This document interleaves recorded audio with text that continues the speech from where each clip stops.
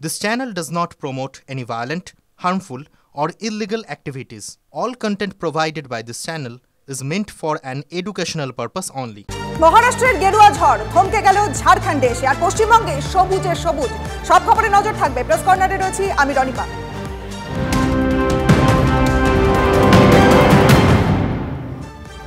তবে শুরুতেই হুগলি নদীগর্ভে বিঘের পর বিঘে জমি, বাঁধঘাট সমস্তটাই চলে যাচ্ছে, সেদিকে আমাদের নজর রাখতেই হচ্ছে। কারণ আপনাকে জানিয়ে রাখি, প্রশাসনের দ্বারস্থ হলে আশ্বাস ছাড়া কিছুই মেলেনি বলে অভিযোগ সামনে এসেছে। ক্ষোভে ফুঁসছেন মহেশতলা পুরসভার 7 নম্বর ওয়ার্ডের বাসিন্দারা। ছবি দেখাচ্ছি আপনাদেরকে, দেখুন একের পর এক জমি নদী গর্ভে।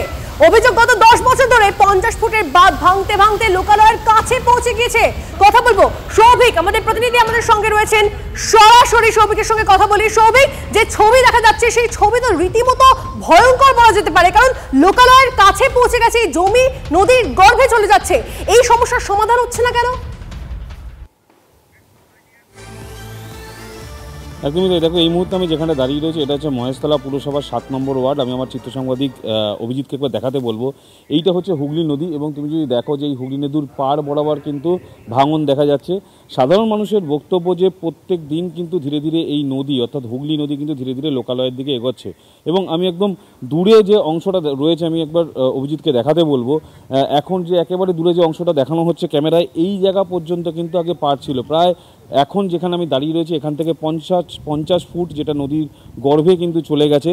স্থানীয় মানুষজনের বক্তব্য, প্রশাসনকে বহুবার বলা হচ্ছে কিন্তু কোনো রকম কোনো ব্যবস্থা নেওয়া হচ্ছে না।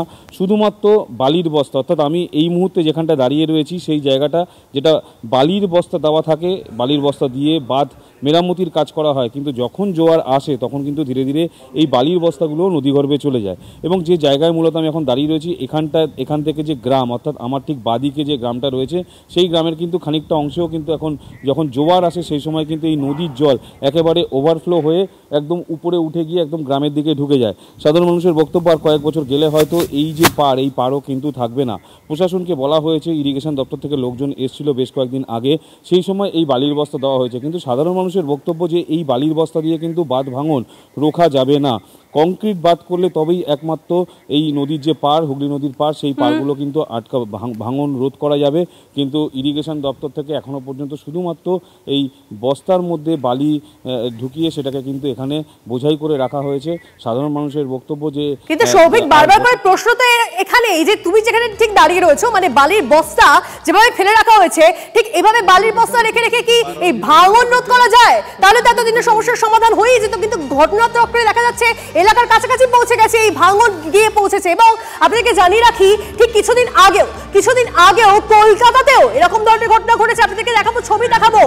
নদী গ্রাসে চলে যাচ্ছে নিমতলাতেও চলে যাচ্ছে নদী গ্রাসে একের পর এক জমি। দেখাচ্ছি ছবি আপনাদেরকে, দুটো ছবি একসঙ্গে। হুগলি নদীর গ্রাসে একদিকে যেমন জমি দেখাচ্ছি আপনাদেরকে, অন্যদিকে নিমতলার ছবিটা দেখুন। সেখানেও, অর্থাৎ খাস কলকাতায়, সেখানেও কয়েকদিন আগে গঙ্গা ভাঙন, বিভিন্ন জায়গায় গঙ্গা ভাঙন হচ্ছে। প্রশাসন কোথায়, নজরদারি কোথায়?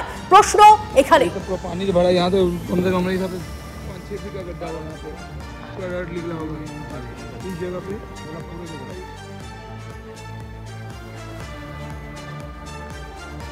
এবং যে ছবি আপনাদেরকে দেখাচ্ছি সেই ছবি রীতিমতো ভয় ধরাচ্ছে সাধারণ মানুষের মনে। এবং তারা বলছেন, কংক্রিটের নদী বাঁধ যদি না হয় তাহলে এভাবে একের পর এক যে জমি রয়েছে সেই জমি নদী গ্রাসে চলে যাবে। তারা চিন্তিত, আতঙ্কিত। কি বলছেন তারা শোনাবো। প্রত্যেকবারে বান আসার কালীনে পুরো ঘাটের অবস্থা খুবই খারাপ হয়ে গেছে। ঘাট পুরো শেষের দিকে, এটা 50 ফুটের থেকে বেশি ছিল ঘাট।